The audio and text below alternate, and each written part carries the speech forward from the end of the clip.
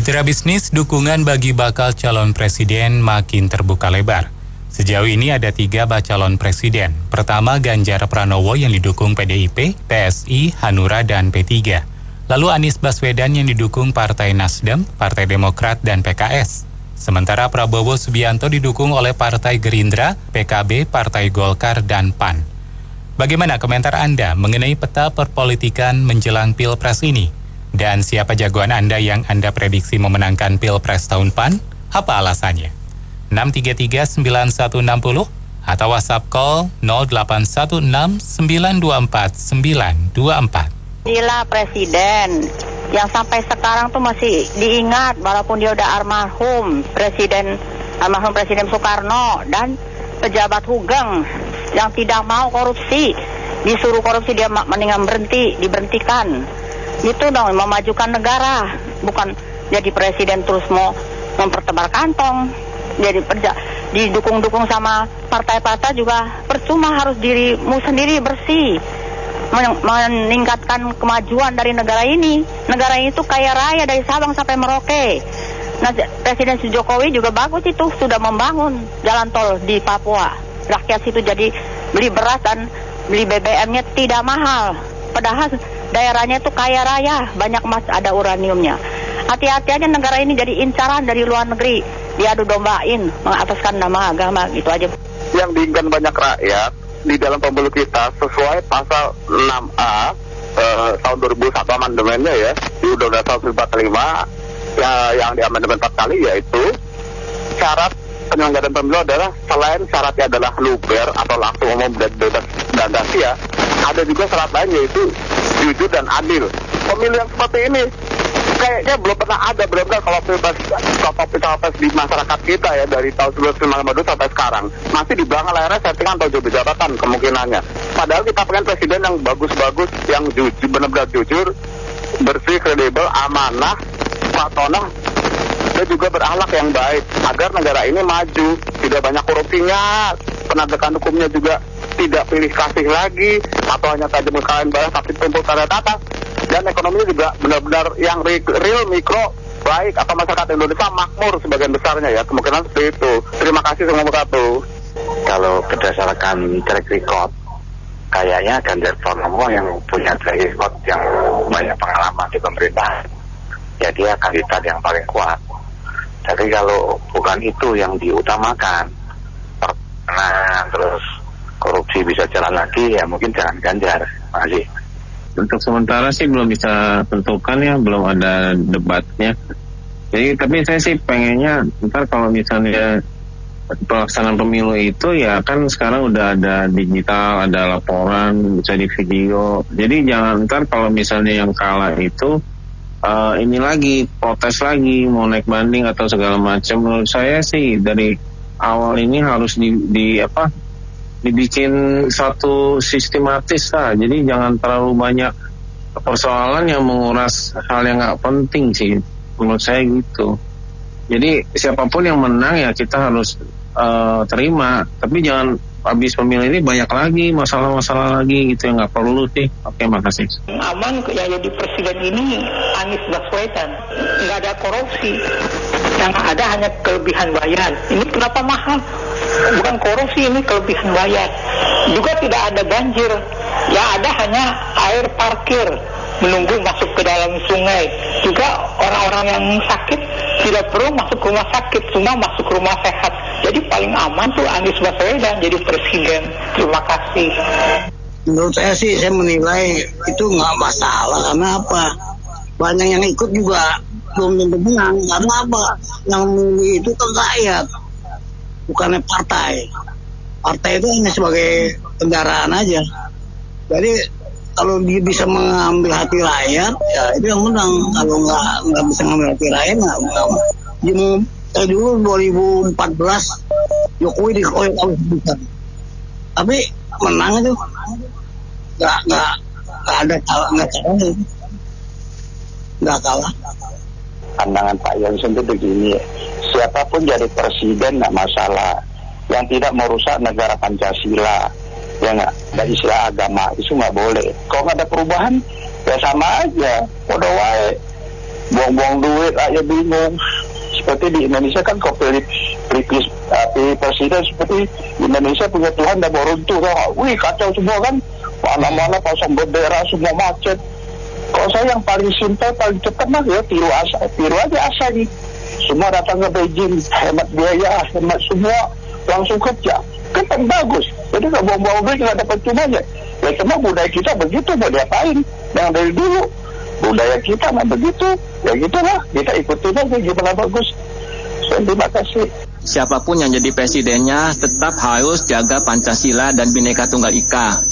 Kalau saya sendiri pribadi sih maunya sih Pak Ganjar jadi presiden Indonesia.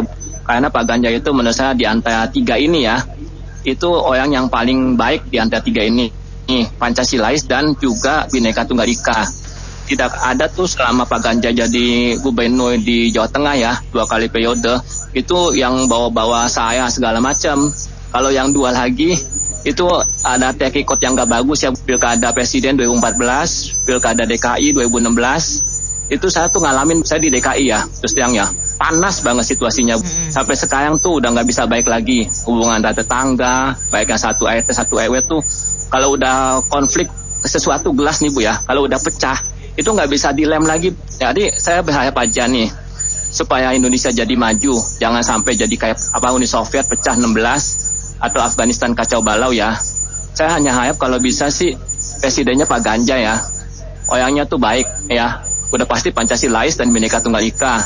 Karena udah terbukti di Jawa Tengah Bu ya, selama beliau jadi gubernur 2 kali itu kita tenang-tenang aja, teman-teman saya di sana nggak bawa-bawa ribut antar suku agama gitu ya. Yang satu RT jadi ribut, yang tadi teman SD sampai akademi kayak saya nih, teman SD sampai akademi jadi ribut Bu, gara-gara Pilkada DKI Bu, amal Pilpres 2014 2019. Jadi jangan sampai itu terjadi lagi dah. Itu aja, makasih. Ya saya setuju juga dengan pendapat yang sebelumnya. Kalau pilih presiden ini kita harus menghindari benturan sesama warga di masyarakat kita, bukan dari politik identitas dan lain-lain. Kalau saya sih sangat pesimis dengan 2 calon lainnya itu, antara si Prabowo dengan Anies, itu pasti cenderung ke situ, karena memang kental sekali kejadian sebelumnya seperti itu. Nah itu saya rasa mungkin tidak akan terhindari. Karena kedua orang itu akan menghalalkan segala cara demi untuk meraih kekuasaan dengan cara-cara yang sedikit dan lain-lain. Semoga kita semua waspada dengan kondisi seperti itu, agar kita tetap aman dan sehat selalu. Amin. Ya kalau saya menjagokan Pak Anies sih, ya karena kita ada terlihat track record beliau ya, dari pilkada kemarin, ya kan,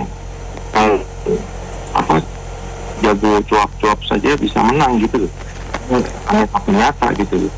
Nah ini banyak yang terpesona dengan yang jago senat lidah gitu. Tak perlu dia nyata, tak perlu kerja jujur apa usah. Yang penting pandai berkata-kata itulah ya, dan mungkin tampangnya yang sangat agamis dan lain-lain gitu, itu resep mujarab ya. Baik ya, makasih. Kan sangat bagus gitu ya, menarik gitu ya kalau Pak Prabowo ini berpasangan dengan Gibran gitu ya. Jadi pasti ini udah mungkin bisa cukup 1 kali putaran gitu lah, nggak usah 2 kali putaran gitu pilpresnya. Karena itu dia mengakomodasi banyak suara dari beberapa golongan gitu. Terima kasih. Kalau saya sih tegak lurus, hitam di atas putih. Kita lihat siapa yang layak, yang bisa melanjutkan pemerintahan Jokowi, dan yang gerak-geriknya tingkah lakunya menyerupai Jokowi. Hanya satu yang ada di Jawa Tengah. Jadi walaupun dikeroyok sana-sini, saya tetap menjagokan Ganjar Pranowo, mungkin wakilnya entah Sandiaga Uno ataupun Erick Thohir. Saya kira gitu. Terima kasih. Halo, ya menurut saya kalau dilihat dari partai ya, artinya yang menang Pak Ganjar Pranowo untuk meneruskan perjuangan Pak Jokowi. Dari ketiga calon sih ini lumayan bagus lah performanya, tiga-tiganya juga saya kira ya. Cuman kalau mau ada sedikit lah, atau mungkin bisa lebih ya perubahan dan lain, mungkin listener Pas FM bisa menemukan lah jika ada sedikit perubahan, karena yang selama ini kalau meneruskan Jokowi sih sebagian besar persentasenya sudah bagus, dengan partainya sudah bagus, persentasenya lumayan lah, kalau dinilai itu masih di angka 80%-an kinerjanya baik gitu ya. Dan jika meneruskan sama Pak Ganjar, saya khawatir menurun dan yang harus diperbaiki malah terlewatkan gitu. Mending kita coba, menurut saya sih, ini sih opini saya aja, menurut saya sih kita coba yang ada perubahan-perubahan yang bisa frontal sih, karena yang dibutuhkan saat ini itu yang seperti itu gitu loh. Kayak contohnya sekarang kondisi sembako deh yang susah dikendalikan gitu loh, sementara pemerintah menggalakkan mobil listrik, motor listrik di industri, tapi sembako sendiri pengendaliannya agak susah gitu loh, mungkin belum bisa dikendalikan gitu kan. Nah, jadi saya kira kita butuh yang seperti itu deh sekarang, karena yang butuh kita masyarakat kecil ini sembako aja deh dulu, kita makan murah, belanja dan lain-lain. Kita mau mikir ada kebijakan-kebijakan yang lain-lain, nggak terlalu ini, saya kurang terlalu menunggu-nunggu gitu. Makasih.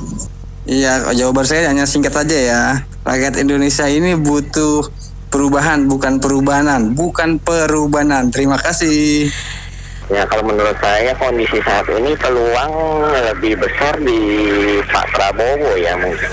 Karena selama menjabat Menhan itu hampir nggak ada drama, apalagi konflik ya, beda dengan yang dua lagi, kebanyakan konfliknya, terutama Pak Ganjar itu kemarin posisinya udah bagus, tapi ya gara-gara soal timnas Israel ya, jadi mungkin agak menurun lagi. Itu aja sebelum saya, terima kasih. Ya, saya pernah merasa tidak sepaham dengan Pak Ganjar ini ya.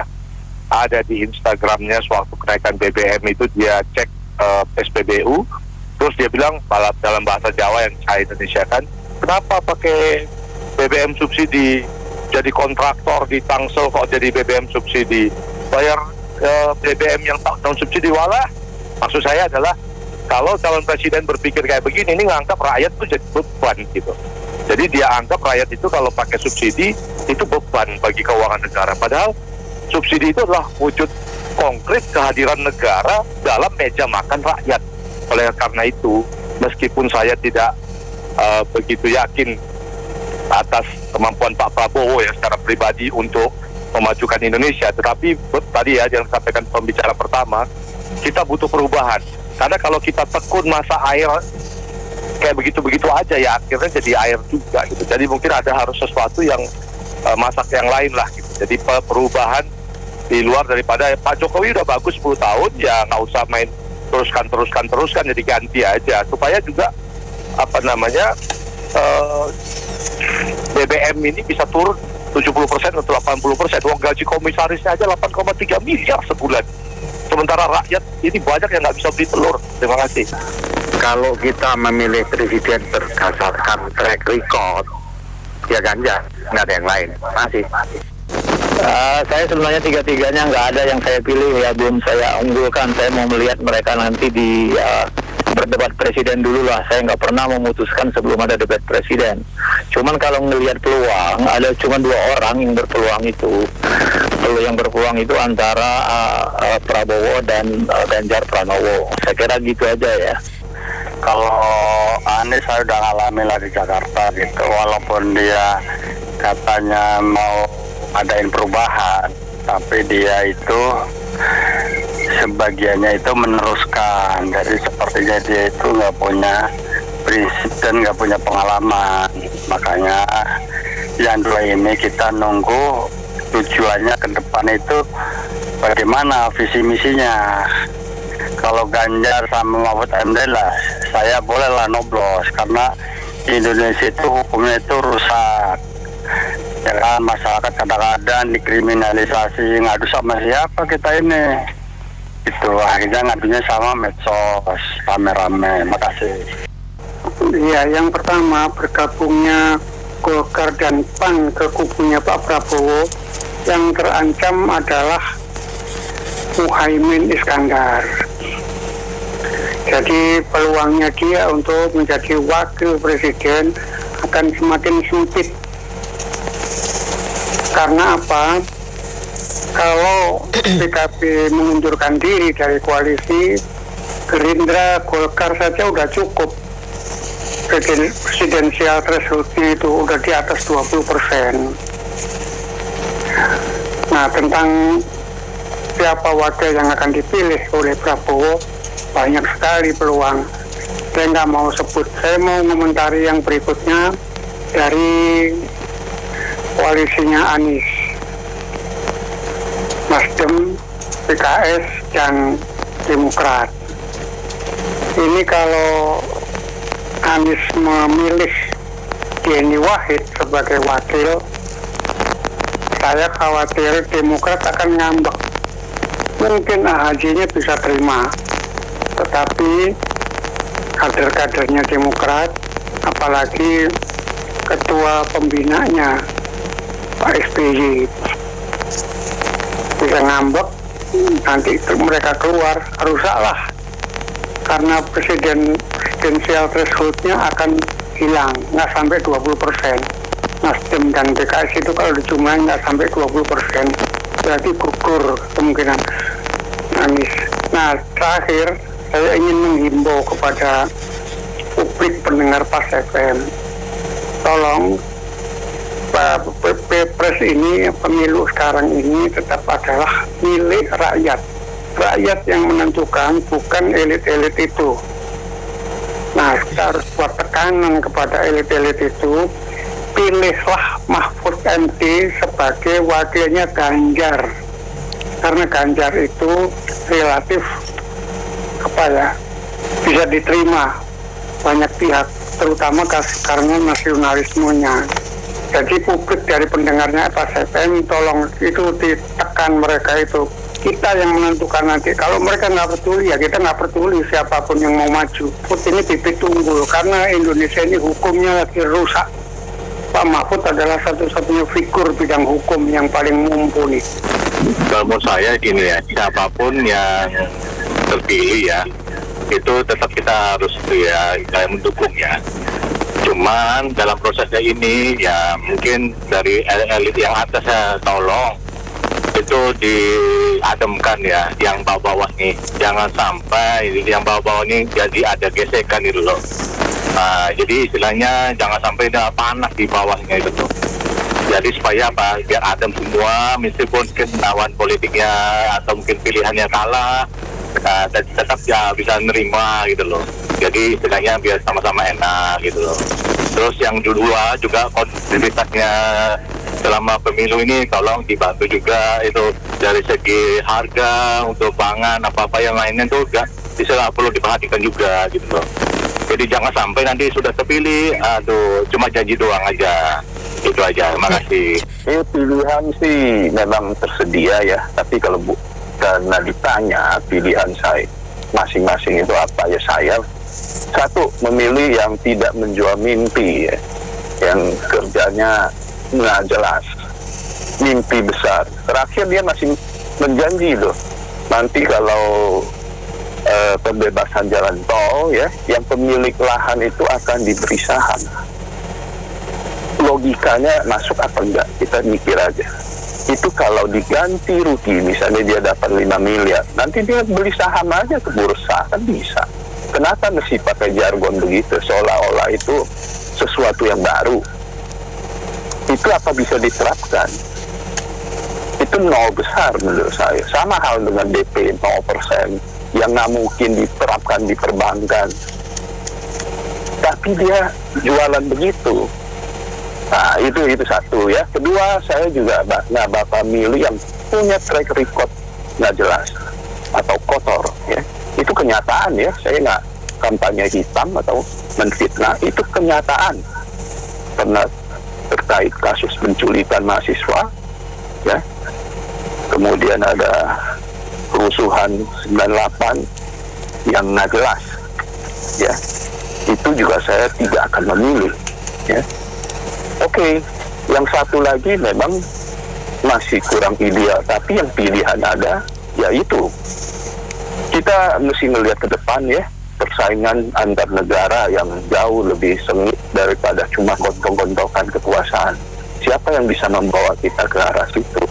Itu yang mesti dilihat ya. Yang less kurangannya, yang less ngaco-ngaconya ya. Itu aja yang bisa kita pilih. Begitu. Makasih. Pilihan saya Ganjar Pranowo, Andika Perkasa. Terima kasih. Saya coba komentar bahwa yang sepertinya paling besar kansnya untuk menang tuh kubu Prabowo ya, terutama mempertimbangkan bahwa mereka orang Gerindra dilihat dari sepak terjang dan kerja kerasnya Bapak Prabowo sebagai ketua Gerindra tuh benar-benar terasa di lingkungan saya gitu loh. Jadi senang aja deh, gitu aja. Makasih. Kalau saya komentarnya, saya nggak memilih ini, milih itu dulu ya. Saya ngelihat ini makin rame, nanti akan di ini Pilpres yang sekarang ini sampai 3 calon ya, kemungkinan bisa jadi 2 periode ya berjalan nanti. Gitu aja. Tapi kalau menurut saya gitu ya, untuk negara dan bangsa ini mungkin Pak Prabowo sama Pak Ganjar tuh jadi satu aja. Udah nggak ada lawan tuh dah. Gitu aja. Nah, prediksinya yang menang Prabowo, perkiraan saya sih banyak yang pada ingin mulai bisa korupsi lagi. Itu aja. Makasih. Yang pertama, saya sebagai masyarakat mengapresiasi sekali ya Pak Erlangga dan juga Pak Julhas selaku Ketua Partai Golkar dan PAN yang sudah memberikan suaranya itu ke Pak Prabowo. Karena dengan begini maka peta perdemokrasian di Indonesia itu menjadi lebih menjadi lebih hidup gitu. Karena menjadi ada 3 kontestan. Nah tentu 3 ini pemilunya kita hadapi dengan gembira, jangan sampai ada black campaign atau hal-hal yang merusak persatuan bangsa, seperti misalnya kejadian-kejadian yang tidak mau memakamkan orang, tidak mau menguburkan dan sebagainya. Ini kelompok-kelompok itu juga harus diantisipasi supaya ya bangsa ini mari sesuai dengan program tadi seperti Pak FM bilang, bukan karena permusuhan. Nah, kalau bicara tentang jagoan, kalau saya sih menjagokan Pak Prabowo dengan harapan apa? Dengan harapan menteri-menteri ekonomi yang menaikkan harga saat ini seperti Sri Mulyani dan teman-temannya itu bisa diganti dari Indonesia ini. Supaya apa? Supaya harga telur, harga gas 3 kg, BPJS itu subsidinya menjadi lebih banyak, lebih agresif gitu. Kan gila kalau kita harga telur nggak dapat tapi malah subsidi motor listrik ya. Jadi mudah-mudahan Pak Prabowo walaupun belum tentu juga dia mampu, tapi bisa menurunkan harga BBM, mengagresifkan subsidi, dan tidak membuat rakyat Indonesia dalam akuntansi itu sebagai liabilities. Jadi rakyat itu dipajakin, terus dinaikin PPN-nya sampai kita nggak bisa napas gitu. Nah, kalau saya sih biar, ya ini kan udah 10 tahun setelah Pak Jokowi, ya Pak Anies lah, biar ada perubahan sedikit. Oke. Karena saya lihat sih kalau secara ekonomi mungkin ya bagus, tapi kehidupan demokrasinya yang harus ditata lagi. Terima kasih. Kalau komen saya pendek aja ya. Jadi ada baiknya sih kalau menurut saya lebih baik melanjutkan saja. Karena ini sudah tertata rapi, terstruktur yang rapi. Tinggal kita bagaimana nanti untuk menambahi hal-hal yang perlu improvement dan sebagainya. Dan sebenarnya kita memikirkan negara itu bukan hanya untuk seperti gagah-gagahan aja, supaya terlihat gagah, keras dan sebagainya. Dan juga jangan cuma hanya bisa orator aja, orator orasi yang lancar dan sebagainya, itu sebenarnya kita nggak perlu aja itu. Kita butuh pemimpin yang bisa hitung-hitungan tepat untuk menatap masa depan yang lebih baik lagi. Oke, 200 juta penduduk Indonesia tentunya ingin merasakan atau ingin perubahan tentunya ya dari saat ini untuk ke arah yang lebih baik tentunya untuk Indonesia Raya. Nah, ketiga capres ini kan paling tidak sedikit, paling tidak kita ketahui track recordnya masing-masing ya, baik itu Pak Anies, Pak Ganjar, dan Pak Prabowo tentunya. Dan ketiga capres ini kan belum ada cawapresnya, itu saya pikir sangat mendukung sekali. Dan ketika sudah ada cawapres masing-masing, nah di situ adu debat untuk calon presiden akan kita ketahui visi misinya masing-masing. Dan saya sendiri untuk saat ini paling tidak memilih untuk koalisi perubahan. Oke, thank you. Ya, kalau saya sih belum mendukung siapapun, dan peta perpolitikan di negeri ini masih jauh. Nanti 2 bulan lagi, 3 bulan lagi perkembangannya lebih seru lagi dan lebih rame lagi, karena banyak intrik-intrik yang diatasnamakan Pak Jokowi. Karena apa? Karena gini, satu, ada investor Amerika, investor Eropa yang akan investasi ke Indonesia sebanyak kalau nggak salah 10 miliar US dollar. Minta jaminan kepada Pak Jokowi agar presiden berikutnya adalah presiden yang sesuai dengan Pak Jokowi. Jangan sampai seperti proyek-proyek di Jakarta yang nggak diterusin seperti itu. Lalu yang aneh lagi, biasanya kalau presiden itu pada akhir masa jabatan pasti elektabilitasnya menurun, tapi ini malah lebih naik lagi. Jadi para capres lebih hobi menggunakan atas nama Jokowi untuk mendeklar bahwa dirinya adalah penerus Jokowi dan sebagainya, sekaligus mencari simpatik rakyat juga investor. Jadi sebenarnya kita belum tahu, saya juga nggak bisa ngomong di sini bahwa sebenarnya siapa yang didukung Pak Jokowi ataupun Pak Jokowi kok cawe-cawe atau apa, belum tentu orang yang ngomong Pak Jokowi cawe-cawe itu adalah benar. Dan mereka juga mungkin adalah motivasi. Karena apa? Karena supaya Pak Jokowi namanya jelek, supaya menurunkan kredibilitas Pak Jokowi, karena itulah yang mereka kehendaki. Jadi kita sabar aja deh, dilihat dulu. Pokok yang penting seseorang itu tidak mungkin berubah bisa drastis kecuali dia punya motivasi tertentu. Itu yang pertama. Yang kedua, biografi seseorang itu tidak bisa dirubah dari asal usulnya sampai ke kita yang saat ini. Jadi nggak mungkin ada orang karakternya itu berubah mendadak. Ingat, anak kecil karakter buildingnya dibentuk mulai dari rumah sampai ke besar. Nggak mungkin kalau udah dewasa bisa berubah mendadak. Itu aja, makasih. Baik, Mitra Bisnis, kami cukupkan sampai di sini untuk Businessman Opinion kali ini. Terima kasih untuk Anda yang sudah berpartisipasi. Saya Anto Wijaya.